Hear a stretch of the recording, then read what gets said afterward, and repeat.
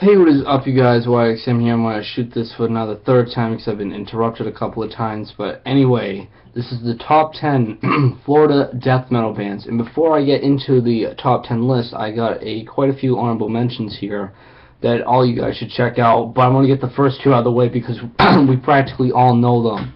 The first one is Deicide. They fall short of getting on this list because even though they've made quite a few handful of albums, like their first three are really good, like Deicide, Legion, and Once Upon a Cross. The rest, I'm just not a big fan of. It just feels too simple for me. There's nothing really sticking out in those albums, which is why it falls short. But if I were to give like a top 15, they'd be number 11. Next is Cannibal Corpse. They fall short because they've kind of been doing the same exact thing ever since they started, and I'm just not that big of a fan of it.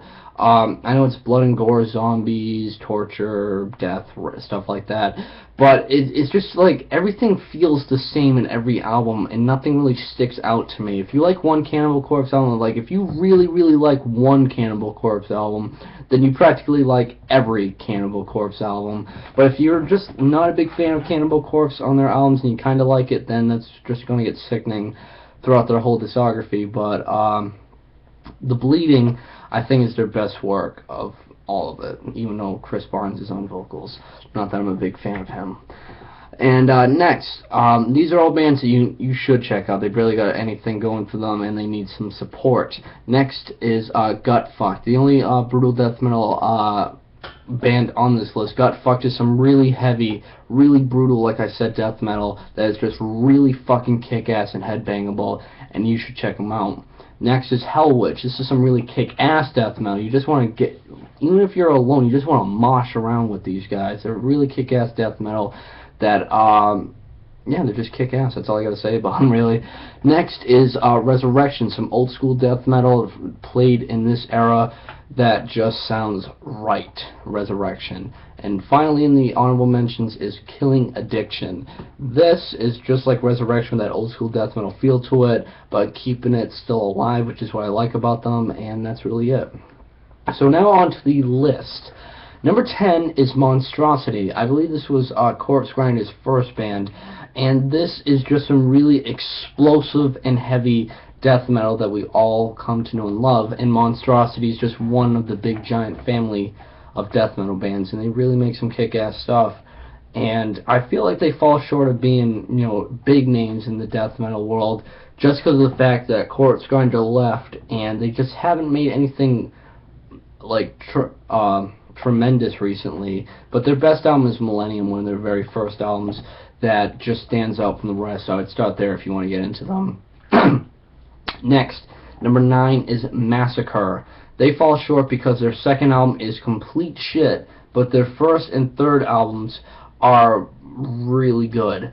I know they've split up like 4 times already, and it's getting kind of sickening. They just can't stay together, but when they are together, they do make some pretty good work most of the time. Their first album, From Beyond, is a classic to a lot of people. I know to some people it kind of fell short when the death metal, when the old school death metal era was really in its prime, and it started to fade a little bit. That's when Massacre brought in From Beyond, which is why it kind of falls short of being a big name. But I think it's a big name regardless, because it's still some really kick-ass old school death metal. Now, their newest album, Back From Beyond, got a lot of hate because it felt too simple for a lot of people, but that's what I liked about it so much, their newest release. It's simple, kick-ass, headbangable, and it's everything I wanted in death metal, and they presented it well in their newest release, which is why it's like in my top 10 of 2014. Moving on, number 8 is Hate Eternal. I forget if they're in the Maryland Death Fest or not. I might be confusing them with Mortal Decay, but Hate Eternal is some really awesome death metal that, even though they haven't done anything over the top or something that's really different for the style, it's just really straightforward, which is what I like about it too. You really can't get disappointed by Hate Eternal, and that's what I like about them so much. Coming in at number 7, these guys would be higher if it wasn't for their newest album, but it is Morbid Angel. I think their best work is Altars of Madness. Even though that didn't have David Vincent on it, the stuff that they produced in that album was fucking sinister as all hell, evil as fuck. I know my favorite track, which was, I think track number 4, I forget the name of it, but really just pummeling work that, I think this is when, blast beats and really much more faster paced stuff was getting introduced to the scene, and Morbid Angel really made a big name because of it. And even though their newest album, which is absolute shit, I feel like when they make their newest album, because they're working on it right now, I think they're going to go back to their roots and kind of forget what they did with whatever the name of their newest album is of right now, which is complete shit. Next, number 6. This is a band that I need to start getting some stuff from, because this is what awesome death thrash sounds like. Kick-ass death thrash that, is straightforward, it's pummeling, it's what you want in death thrash. This is Solstice, not the store, the band. Solstice is a death thrash band from Miami, Florida, I believe, and holy fucking shit, these guys did a really kick-ass job with their debut. Hands down, it's a classic in my books, how I look at it, and it's something I need to own.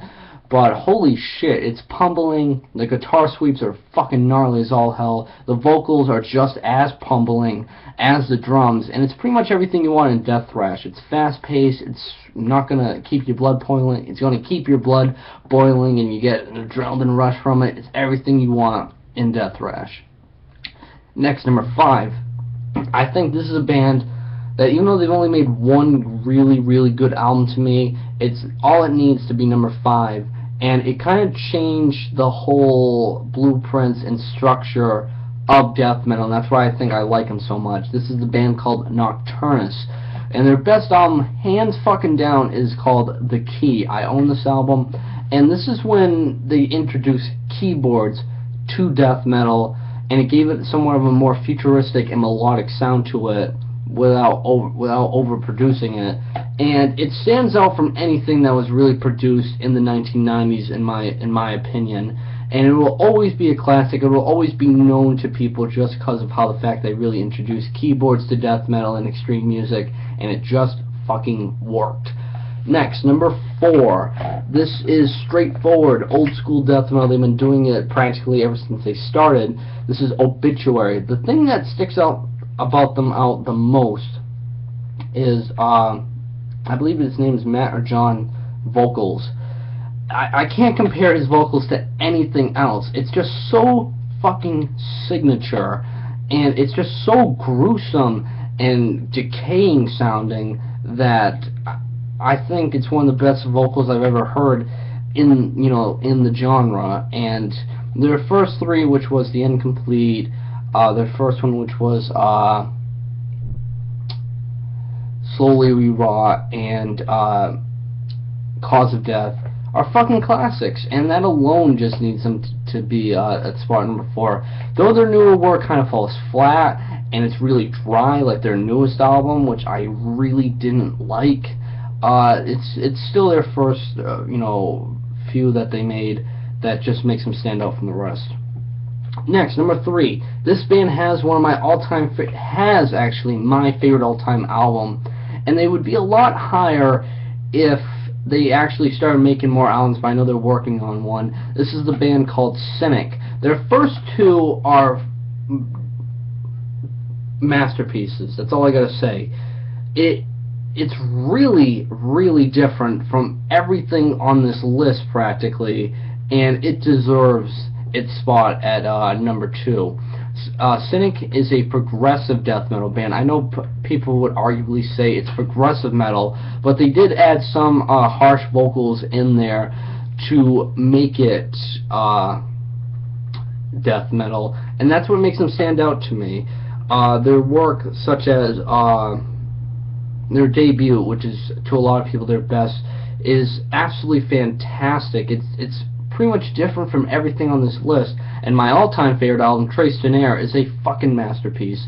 Though their newest album, Kindly Bent to Free Us, really disappointed me, but I understand the fact that they're going to a much more progressive rock field as of lately. Their first 2 will always be my all-time favorites, and will always be something I cherish in the music world. Next, number 2. This band is also another progressive death metal band that I just feel like they're just more consistent, and they've stayed progressive death metal with some jazz influences to really make them stick out. This is Atheist, and their first three, I need to get on that wagon and start buying some stuff from them. Piece of Time, fucking masterpiece. Unquestionable Presence, even better somehow. I don't know how they could have done that, but they did. And their third element, Elements, though not as good, is still a great album nonetheless. And these guys have really stood out because of their jazz influences in their work, with some little thrash metal here and there to make them have the aggression, while also being really clever and original with those jazz influences in there. And it sticks out from absolutely everything else. The only reason why they're number 2 and not number 1 is they've only made 4 albums, and number 1 has made 6, I believe, or 7. Number 1, Death. This is the band that's pretty much inspired every young band to get into death metal. You know, they started off regular death metal, which a lot of people some people prefer them to be just regular death metal, like Scream, Bloody Gore, and Leprosy. Even though Leprosy is my favorite out of all the albums, it's still really kick-ass, and I mean, it's not progressive like I said, but it's just straightforward kick-ass death metal with these haunting vocals that Chuck does, with these really blistering fast guitar work that just stands out, and it's a fucking masterpiece how I look at it. And, I mean, what other albums have they made? The Sound of Perseverance is a fucking classic. Symbolic is arguably one of their best to a lot of people. Individual Thought Patterns is great. Human had my all-time favorite lineup, which was, you know, that had Paul Masvidal from Cynic, Sean, which was from Cynic, and Steve DiMaggio, I believe, the bassist, he's been in a couple bands, like, I believe Atheist, I'm not 100% sure, that was just fantastic. This band has not made one bad album. It's pretty much every CD collector's goal to own every CD and vinyl by them, because it's just a fucking masterpiece, their whole discography, and it's a well-deserved and really cliche number 1. And yeah, that's just my list for the top 10 Florida death metal bands. If yours are different, please comment below and let me know. Love hearing your opinions. We'll comment back to yours as soon as possible. Thanks for watching, liking, subbing, subscribing, and supporting me. You guys are the fucking best, and keep it metal.